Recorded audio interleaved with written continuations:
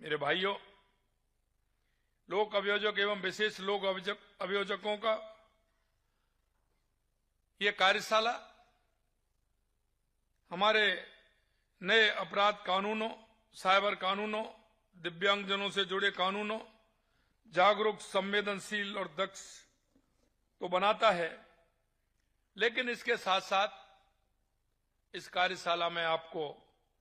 सरकारी अधिवक्ता या अभियोजन अधिकारियों का प्रशिक्षण एवं क्षमता वृद्धि करता है। न्याय व्यवस्था को अधिक प्रभावी और संवेदनशील एवं आधुनिक बनाना, नवीन आपराधिक कानूनों के प्रभावी क्रियान्वयन पर प्रशिक्षण, न्यायालयों में नई विधियों के व्यवहारिक अनुप्रयोग पर चर्चा, साइबर अपराधों की रोकथाम, डिजिटल साक्ष्यों के उपयोग एवं विशेषज्ञ मार्गदर्शक, तकनीकी अपराधों से निपटने में अभियोजन की भूमिका पर विमर्श, दिव्यांगजनों विशेष रूप से सक्षम व्यक्तियों के लिए संवेदनशील न्याय व्यवस्था पर विचार विमर्श, न्याय को अधिक सुलभ, माननीय एवं सहयोगात्मक बनाने पर जोर,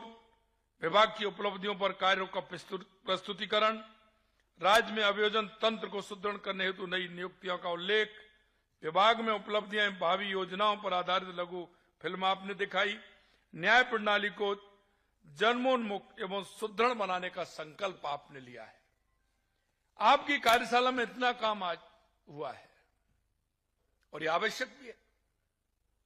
और आवश्यक इसलिए है कि आप उन व्यक्तियों को सहयोग करते हो, सरकार का सहयोग करते हो, जिसमें सरकार के साथ आम जन की सहभागिता होती है। उनके उस जो न्याय का अवधारणा है उसको आगे बढ़ाते हुए अब सरकार के पक्ष के साथ साथ आम जन की जो इच्छा और अपेक्षा है उसको भी आप पूरा करते हैं। कभी कभी मेरे मन में कई सवाल भी आते हैं। सवाल ये आते हैं कि इधर जनता का आप पर भरोसा है और इधर सरकार का भी आप पर भरोसा है। जब इतना बड़ा दायित्व हमारे ऊपर आता है तो वो हमें सोचने को मजबूर भी करता है कि हमें क्या करना चाहिए,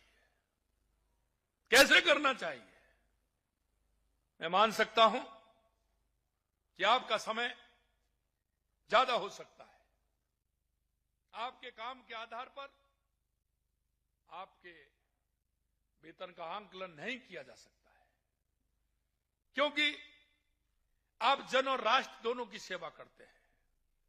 राज्य के प्रति जो कर्तव्य भाव होता है उसको भी पूरा करते हैं और आम जन के प्रति जो सहयोगात्मक भाव और न्याय दिलाने की भावना जो होती है उसको भी पूरा करते हैं। इसका कोई, मेरे भाइयों, मूल्य नहीं हो सकता, इसका कोई आधार और कुछ नहीं बन सकता। क्योंकि जब हम देखते हैं, हमें यह भी पता है कि जब आप सरकार का मुकदमा लड़ते हैं, जीत करके आते हैं, तो हो सकता है सामने वाला जो व्यक्ति है उसकी इच्छाएं, अपेक्षाएं कुछ और हों, लेकिन आप राज्य के कार्य के लिए हैं, आप राष्ट्र के कार्य के लिए हैं, इसलिए आपको आंकलन भी उसमें उसी दिशा में करना होगा।